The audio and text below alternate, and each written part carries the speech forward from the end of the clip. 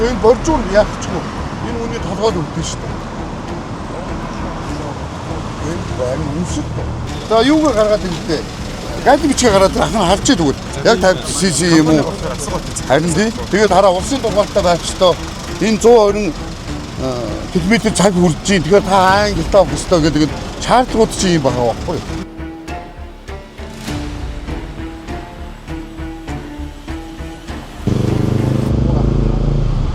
Та бүхний амрыг ирээ. Тээврийн цэгтгийн албанаас замын хөдөлгөөний аюулгүй байдал хангах, мөн замын хөдөлгөөний аюулгүй байдлын тухай хууль тогтоомж болон бусад хууль тогтоомж, за замын хөдөлгөөний дүрм болон стандартын хэрэгжилтийг хангах, мөн замын хөдөлгөөнд оролцогчдын бусдын аюулгүй байдлыг хангах, мөн зам тээврийн ос хэрэгээс үржилэн сэргийлэх зорилгоор за мотоцикл түүний төрөлд хамаарах сураан болон цахилгаан дугуй тээврийн хэрэгслийн хэн шалгалтын ажлыг зохион байгуулж ажиллаж байна. Ямар ч тээврийн хэрэгсэл бүрэн бүтэн байдал хангаагүй тээврийн хэрэгсэлтэй замын хөдөлгөөнд оролцож явж байна л да. Сураан дугуйтай, цахилгаан дугуйтай. За. Тийм. Энийг өөрөө 18 наснд хүрсэн хүн жолоод гарахын аа үнэлтэйгээр барих хэрэгтэй байхгүй юу? Тэгэхээр танаа хүүхэд мань 18 нас хүрээгүй байдаг. Тэгээд дээрэс нь зорчих хэсэг дээгүүр ямар ч гэрэл гэрэлтүүлэг байхгүй хөдөлгөөнд оролцож явж байгаа байхгүй юу? Тийм. Тэг яаралт өрж ирээд хүүхдээ авмаар байна. За би аав нь хэлчихээ. Би жоохон заавгүй л юм даа. За та яаралтай хар гэрийнхээ хүмүүсийг ирээд ирүүлчих юм.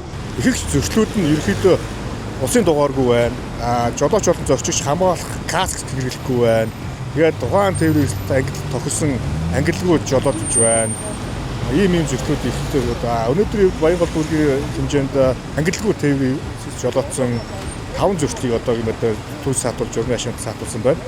Иймд иргэд аж ахуйн нэгж байгуулалт хийхэд тухайн тээврийн ангилал тохирсон ангиллын үнэлэхтэй каск хамгаалах касктай жолооч болон зорчигч улсын дугаарыг бүрэн бүтэн техникийн бүрэн бүтэн байдлыг хангаж хөдөлгөөнд оролцоорой гэж хүсэж байна. Хамгаалтын малгай хэрэгсэлтэй, гэрэлсэлтэй харин тийм тэр тусмаа тэгэхээр унахгүй.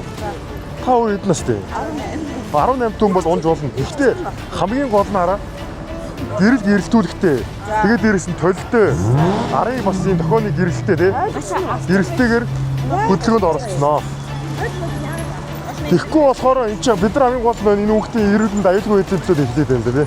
Тэгэхээр энэ дээр хараа шинэ хуулиар, шинэ батлагдсан хуулиар эцэг эхтэр нь одоо жолооч илүүсэн гэдгээр нь 200 мянган төгрөгийн торгуулийн арга хэмжээ тооцсноо.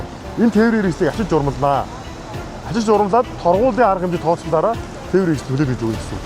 Иймд иргэд жолооч нар та бүхэн маань замын хөдөлгөөний дүрмийг чанд мөрдөж Монгол Улсын стандартын дагуу тээврийн хэрэгслээ бүрэн бүтэн байдлыг хангаж хөдөлгөөнд оролцож мөн эцэг эхчүүд хамт хэлэхэд эцэг эхчүүд маань хүүхдтэй тавих хараа хяналтыг маш сайжруулж аюулгүй байдлыг хангаж таны хүүхд яг одоо хаана юу хийж явж байгаа гэдгийг маш сайн мэдэж байхыг цагдаагийн байгууллагаас анхааруулж байна.